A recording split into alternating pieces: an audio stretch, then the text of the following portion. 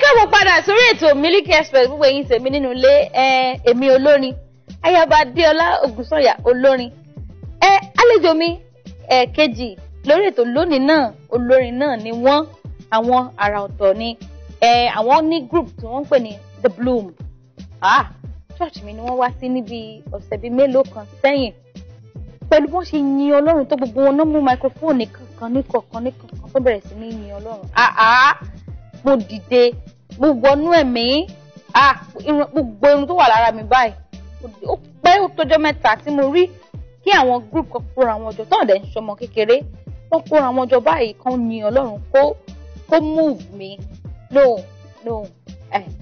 gbogbo èèyàn àlẹ́ gbogbo ẹ̀yin tèmi pátápátá ẹ bá mi kí ọ̀gá àwọn The Bloom sórí ètò Miliki Express fún ìgbà àkọ́kọ́ pásítọ̀ Adedeji ẹ bá mi káwọn ará lé. Ẹ̀yin èèyàn wa ṣàlàáfíà ni o. Àlàáfíà ni wọ́n wà.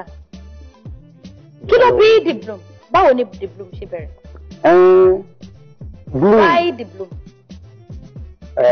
Bloom ó wáyé ní ọdún 2007.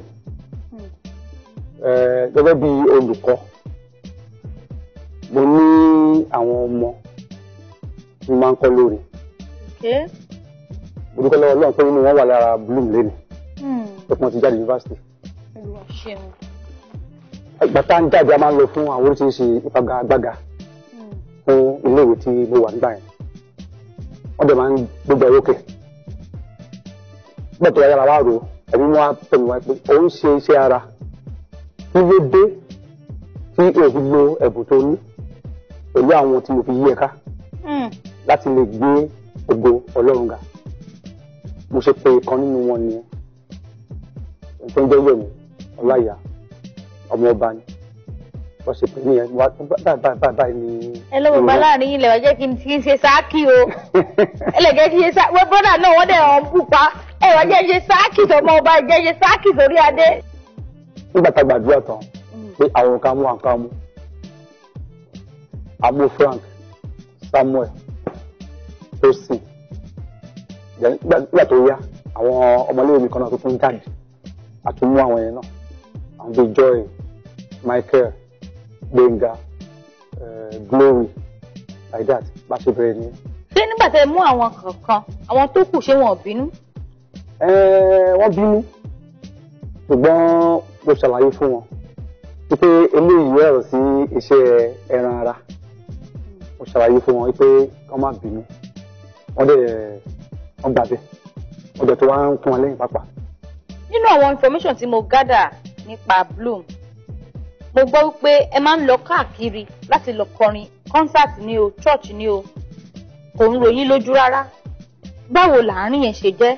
Nǹkan tó ṣẹlẹ̀ ni pé a máa ń gba ọ̀pọ̀lọpọ̀ ìpè tí àwọn ìjọ máa ń pè wá àti àwọn kan náà tó ń ṣe ìjọ fẹ́ pé bóyá bíi organization tó máa ń pè wá a máa ń lọ. Ìdí tẹ́ pé tó fi wá lójú di pé iṣẹ́ Ọlọ́run kì í ṣe nítorí nǹkan tó mi gbà ni o pé kì í ṣe pé torí owó gbọ́dọ̀ tí ká tó wá sí ṣọ́ọ̀ṣì yìí. Bẹ́ẹ̀ni. Kan bí ọ̀sẹ̀ yẹn ìránṣẹ́ Ọlọ́run ẹ wá láti Jos ó dẹ̀ ní pé òun fẹ́ kí kwaya bá wọn kọrin nípa ti jọ nípa Bloom òun fẹ́ kí kwaya bá wọn kọrin òun dẹ̀ fẹ́ kí ìjọ tó fẹ́ lù náà kan bá wọn kọrin pé àwa gan-an wọ́n á ní kékeré ní pé ọ̀tọ́ lọ́sọ̀ fóònù yẹn àti wọ́n rò pé bẹ́ẹ̀ kí ni owó ń kọ́ because at least béèrè owó bẹ̀tẹ̀ owó tá a máa fi gbé àwọn nǹkan wá gbé owó ẹ̀fẹ̀ wá ní pé ọdún ṣẹlẹ̀ ni pé nǹkan tábàrà ọba ká pé wọn fún wa pé bẹ̀rẹ̀ lè promise wa ní olùsèlérí pé nǹkan báyìí àdẹ̀mí kí ẹ̀mí ní ń ká lọ àdẹ̀ lọ Ọlọ́run dẹ̀ gbà. Bẹ́ẹ̀ mi Ọlọ́run sọ̀rọ̀ ẹ̀mí Ọlọ́run dẹ̀ ní kẹ́ lọ. ní ká lọ àdẹ̀ lọ Ọlọ́run dẹ̀ gbà ògo tó pé nǹkan tó ṣẹlẹ̀ nígbà tí màá dán kó wá èmi mọ̀ sọ ká má gbowó yẹn lọ́wọ́ ẹ̀. Ó tún ní pé ṣé àbúrò kéré mo nínú kò kéré pé mo tún fẹ́ gbé owó yẹn sínú iṣẹ́ ìránṣẹ́ ọkùnrin yẹn pé nǹkan tí èmi mọ́ bá a sọ nìyẹn. Mo ṣe ní kápẹ́lẹ̀ ó dẹ̀ gbàdúrà fún wa. Ọ̀sẹ̀ kejì la fi wá sí ṣọ́ọ̀ṣì yìí tó fi dé pé àpàdé ẹ̀fọn ní pé ká wá síbí. Kábíyèsí Olódùmarè àwa má rí di àwa títí a ò rí díẹ̀. Now kí ló wá fà á tẹ́ fi fún orúkọ group yín ní Bloom? Why not Grace, Joy, Better, Half, something else, àbí? Àyàrá lé kílẹ̀ rẹ̀ pé mo sọ. Bẹ́ẹ̀ ni sẹ́rí bẹ́ẹ̀ sí ìròyìn náà mo ṣe o. Torí ẹbí ẹlẹ́rù ara. Bẹ́ẹ̀ ni a gbàgbọ́ pé bí nǹkan tá a fẹ́ ṣe tá máa ṣe aláàkọ́ béèrè lọ́wọ́ ẹ̀mí mọ́. So ẹ béèrè lọ́wọ́ ẹ̀mí mímọ́ ní ìsìnkẹ́ tó wá sórí Orísun. Ẹ̀mí wọn ti parí iṣẹ́ yẹn tẹ́lẹ̀. Níjẹ́ orí pé parí àbámápàdé. Kábíyèsí. Bàbá mi àṣekàn má kù. Tẹ́lẹ̀ rẹ kọjá rírí púpọ̀ kọjá kíkà. Ọlọ́run tó pọ̀ ní ipá àti agbára. Bàbá mi tó lọ jáǹtì rẹ̀rẹ̀.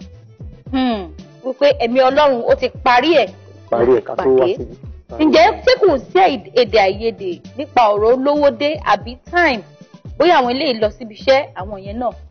A lè wá yẹn tì. Tí n bá sọ fún yín pé ìṣòro tí a ti dojúkọ. Bó tilẹ̀ jẹ́ pé mo ti rí ìròyìn yẹn tẹ́lẹ̀. Mo kàn rí pé mo sùn ní. Mo kàn rí pé à ń gun òkè. Òkè yẹn ní agbára tẹ́ pé èmi wà níwájú àwọn ìjókòó wà lẹ́yìn. Ṣá ń pariwo pásítọ̀ ó ṣàtìṣàjẹ́ ká lọ. Wọ́n ìlú kẹyìn pé mo rí pé àwọn bíi helicopter ó pọ̀. Mo rí tọkọ Infinity, ọkọ Midnight Crew, sáré àwọn kan náà ṣá. Mo lè táwọn ẹ̀ ti gòkè, wọ́n ti kí ní ẹgbẹ́ wọn lọ. Ṣẹ́rí mi náà bẹ́ẹ̀. Ẹ fẹ́ ìwé ìgbà tó gbé àwọn wà bẹ́ẹ̀, wọ́n rí mi tó wà bẹ́ẹ̀, mo wà bẹ́ẹ̀. Nígbà yẹn ni kòkè yẹn àti débi ìdajì, aṣá ń kéré aṣá. Akọ̀wé ọkùnrin yẹn ní sálẹ̀ wá ní pé lè lọ wá ní aná tó lọ gbé tiwa lókè yẹn káná lè fò lọ wá ní pé ẹ má wọlé máa bọ̀ ń sálẹ̀ ẹ máa bọ̀ ń sálẹ̀. Òkìtẹ̀ tí ń gúbọ̀. Kàtí ibi àdúgbò àjí ẹ máa ní kẹ́ máa bọ̀ ń sálẹ̀. Wọ́n á sọ pé kí n kàtí ní ẹja sọ̀kalẹ̀ báyìí sọ̀kalẹ̀ nìyẹn. Bọ́tà sọ̀kalẹ̀ ní káàtà ìlú òun. Kọ̀wé ilé yẹn bíi warehouse báyìí ni ó kọ̀ ìṣẹ̀lẹ̀ kan báyìí. Orí ẹ̀ kọ́fẹ́ yẹn àkànwádìí ti wá ń bẹ̀ ni.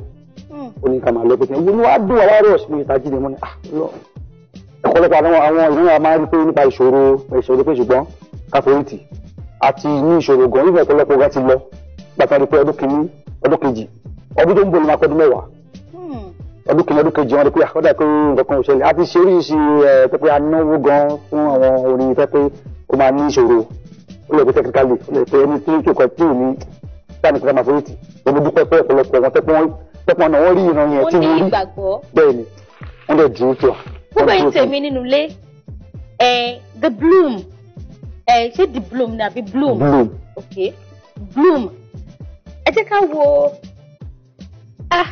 ẹ jẹ́ ká yin Ọlọ́run àtèmi àti Bloom ẹ máa wò wọ́n ní ìsìn ẹ jẹ́ ká lọ sílé agbára tí bá padà dé àti Bloom àti ọ̀gá wọn lè máa rí.